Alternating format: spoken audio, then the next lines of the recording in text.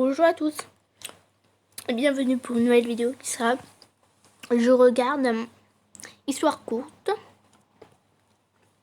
Alors qu'est-ce qu'on va regarder? Des choses folles que j'ai faites quand je n'avais qu'un mois à vivre. On va cliquer ça ou pas? Allez, ça donne envie quand même. On clique. Bon, on se retrouve juste après la pub. Ok, Emma, c'est bon. Attendez. Je remets. Ce type là-bas vient de se renseigner sur vous, dit le barman, ce qui m'a incité à me retourner et de regarder autour de moi. Oh, il est parti.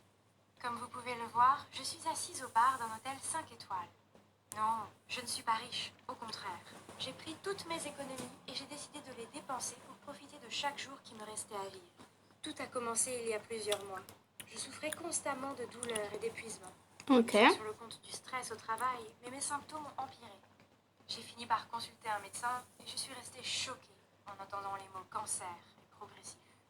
Les semaines suivantes ont été un tourbillon de rendez-vous à l'hôpital et de traitements. J'ai fait de la chimio et mes beaux cheveux longs sont tombés. Je me sentais tout le temps fatiguée et sans espoir. J'en ai eu assez, alors j'ai arrêté la chimiothérapie, quitté mon travail et décidé de profiter du peu de temps qu'il me restait. La plage hawaïenne est si belle. Puis, soudain, quelqu'un m'a foncé dessus. Ah! Son verre m'a trempé. Je les ai entendus dire « Oh mon Dieu, je suis vraiment désolée !»« Oh, hé, vous êtes la fille qui était assise seule au bar tout à l'heure !» J'ai levé les yeux et waouh, qu'il était beau. J'ai secoué la tête et insisté sur le fait que c'était ma faute pour ne pas avoir fait attention. Ok. Après ça, il m'a rejoint pour une promenade et nous avons commencé à discuter. Oh, il s'appelle Antoine au fait. Donc, le lendemain, je l'ai invité à déjeuner. Je n'ai pas beaucoup d'appétit ces jours-ci. Et le plus que je pouvais faire était de regarder fixement mon assiette à peine touchée. Alors, j'ai su que je devais être honnête avec lui. Ah, tes cheveux ils sont poussés. Antoine, je t'aime vraiment bien et je veux apprendre à te connaître davantage. Mais j'ai un cancer et il ne me reste plus beaucoup de temps. Au début, il y a eu un silence écœurant. Mais ensuite, il a pris ma main et imaginez quoi? Il m'a dit qu'il voulait aussi apprendre à me connaître. Les quelques semaines suivantes avec lui ont été magiques. Puis, nous sommes revenus en ville et avons continué à sortir ensemble. Antoine était tellement génial et me couvrait constamment d'amour. Un soir, après le dîner, Antoine nous a Moi conduits c'est bien, sur elle cette aime. colline. Oh, moi. Il a dit qu'il voulait me montrer la ceinture d'Orion et c'était si romantique. Je ne voulais pas gâcher ce moment, mais il y avait quelque chose que je devais lui dire. Antoine, j'ai vu le docteur aujourd'hui. Il a dit que rien n'avait changé. Bien qu'il ne l'ait pas mentionné, je suppose qu'il ne me reste plus beaucoup de temps. Mes larmes ont coulé sur mon visage. J'ai passé les meilleurs moments avec toi. Je crois vraiment que je t'aime. Soudain, Antoine s'est mis à genoux et m'a demandé « Ma chère Angela, veux-tu m'épouser? C'est le moins que je puisse faire pour toi. » J'étais sans voix, alors j'ai hoché la tête et je l'ai serré fort dans mes bras. J'étais trop heureuse. Je n'ai pas pu m'empêcher de partager notre histoire d'amour sur les médias sociaux. Rapidement, des milliers de personnes l'ont aimé et partagé en disant quel couple inspirant nous étions. C'était fou, mais fantastique. Leur soutien m'a donné l'impression que je pouvais affronter mon cancer, le monde, tout. J'ai commencé à remarquer qu'Antoine recevait beaucoup d'attention de la part des autres filles. Elle savait qu'il était le gars qui avait fait sa demande à la fille mourante, alors elle semblait s'attrouper autour de lui et l'admirer. Puis, un jour, alors que nous étions ensemble au magasin de robes de mariée, je suis sortie de la cabine d'essayage dans cette magnifique robe, me sentant comme une princesse. Mais j'ai alors vu Antoine parler à une autre fille. Elle a touché son épaule et je l'ai entendu dire « Ta fiancée a beaucoup de chance de t'avoir. » Puis elle s'est penchée plus près de lui. « Antoine !» Je lui ai sifflé et j'ai demandé « Bébé, de quoi j'ai l'air ?» Il s'est détourné de la fille et m'a regardé fixement. « Ouais, magnifique !» Il a souri maladroitement. Je n'ai pas pu m'empêcher de me sentir mal. Je sais que c'est un homme attirant, mais il était sur le point de m'épouser. Ce n'était pas du tout agréable de le voir flirter avec quelqu'un d'autre à l'essayage de ma robe.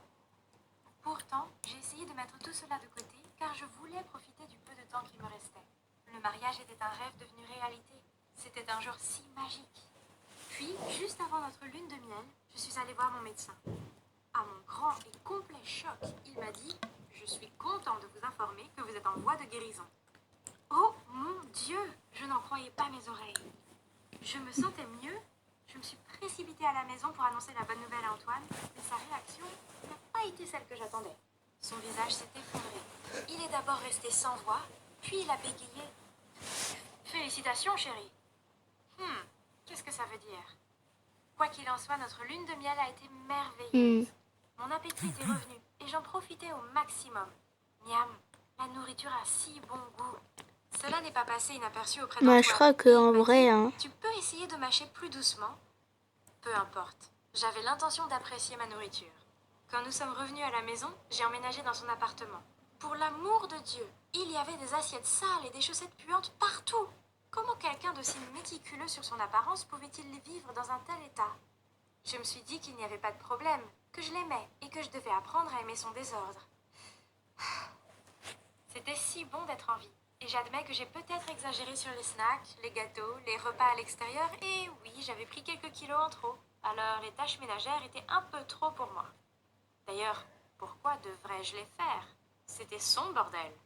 Mais une fois, quand j'en ai eu marre de voir ses caleçons puant partout, je lui ai demandé « Comment un type qui te ressemble peut-il vivre dans ce trou à rats ?» Mais il m'a ignoré et est allé directement au lit. Et ses ronflements bruyants n'ont pas tardé à suivre. Qu'est-ce qui se passe?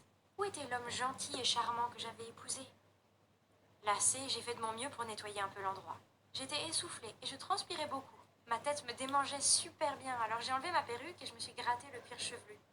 À ce moment-là, j'ai entendu Antoine crier et quand je me suis retournée, il se tenait le visage de peur. « Bébé, qu'est-ce qui ne va pas ?» Je me suis précipitée vers lui. « Oh, je vois !» J'ai éclaté de rire. « Oh, c'était juste trop inconfortable de porter cette perruque, alors je l'ai enlevée, c'est tout.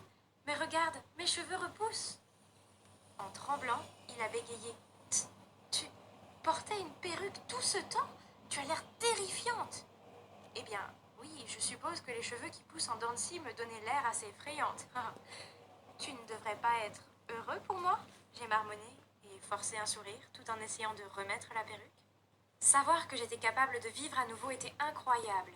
Mais vivre avec mon mari lunatique et insouciant, maintenant... Bon, il nous dit de liker, on va liker. Un soir, il est rentré du travail de mauvaise humeur et a commencé à me crier dessus parce que je n'avais pas rangé. Je lui ai dit que je ne devrais pas avoir à le faire puisque ce n'était pas mon bordel. Il m'a regardé de travers. Je subviens seule à nos besoins à tous les deux. Je rentre à la maison pour te voir, te prélasser sur ton énorme derrière et tu oses me parler comme ça?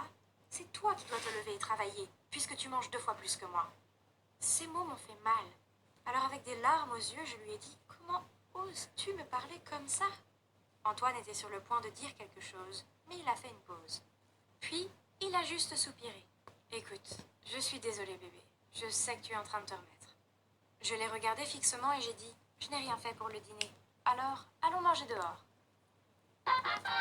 Bon, c'est la pub, on se retrouve juste après. Salut. C'est si bon que j'ai peut-être... C'est bon, la pub a fini. Qui s'est logé dans ma gorge. Bientôt, je me suis étouffée. Je ne pouvais plus respirer.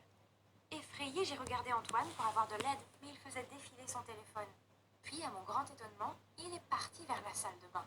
Je continuais à taper sur la table pour appeler à l'aide. Heureusement, un serveur s'est précipité et m'a frappé très fort dans le dos, et j'ai réussi à recracher le morceau de poulet. Quand Antoine est revenu, j'ai demandé avec colère. « Comment as-tu pu me laisser comme ça ?»« De quoi tu parles, bébé? Je t'ai vu apprécier ta nourriture. Tu as fini? Rentrons à la maison. » Oh! Il savait parfaitement que je m'étouffais. Quel crétin! Tout ce que j'avais pensé et attendu de lui s'est effondré. Il était prêt à me laisser mourir étouffée plutôt que de m'aider. Le problème était que notre histoire d'amour était si célèbre maintenant, et même si je savais qu'Antoine et moi ne pouvions pas nous supporter, l'idée de nous séparer et d'être chahutés par les autres me rendait malade. Je suppose que j'étais coincée avec lui pour toujours. Donc nous avons dû continuer à nous tolérer l'un l'autre. Puis un soir, alors que je grignotais des chips et regardais la télé, mon téléphone a sonné. C'était un numéro inconnu. « Bonjour, êtes-vous la femme d'Antoine? Antoine a eu un accident de voiture et nous avons vraiment besoin que vous veniez ici. » Je me suis figée pendant quelques secondes. « Désolée, faux numéro. » Et j'ai raccroché. Mon téléphone a sonné plusieurs fois encore, mais je n'ai pas répondu. La culpabilité a commencé à m'envahir, alors j'ai pris mon sac et je me suis précipitée à l'hôpital. L'infirmière m'a dit de signer des papiers pour qu'Antoine puisse être opéré. Un stylo à la main, j'ai hésité. « Excusez-moi, où est la section sur le don d'organes ?» J'ai demandé. « Mon mari est prêt à faire un don si quelque chose de grave arrive. »« Ce n'est pas le bon moment pour poser cette question !» m'a crié l'infirmière. À ce moment-là, les parents d'Antoine se sont précipités paniqués. Je leur ai donné les papiers et je suis retournée furtivement à l'appartement. Après cela, j'ai longuement réfléchi à notre relation. Elle avait été si passionnée au début, mais j'ai réalisé que je ne l'aimais pas du tout et lui non plus. Toutes nos décisions étaient prises intensément et rapidement en fonction de l'idée que je pourrais mourir plus tard. Nous étions trop têtus pour admettre l'échec et nous éloigner. Et maintenant, nous étions malheureux.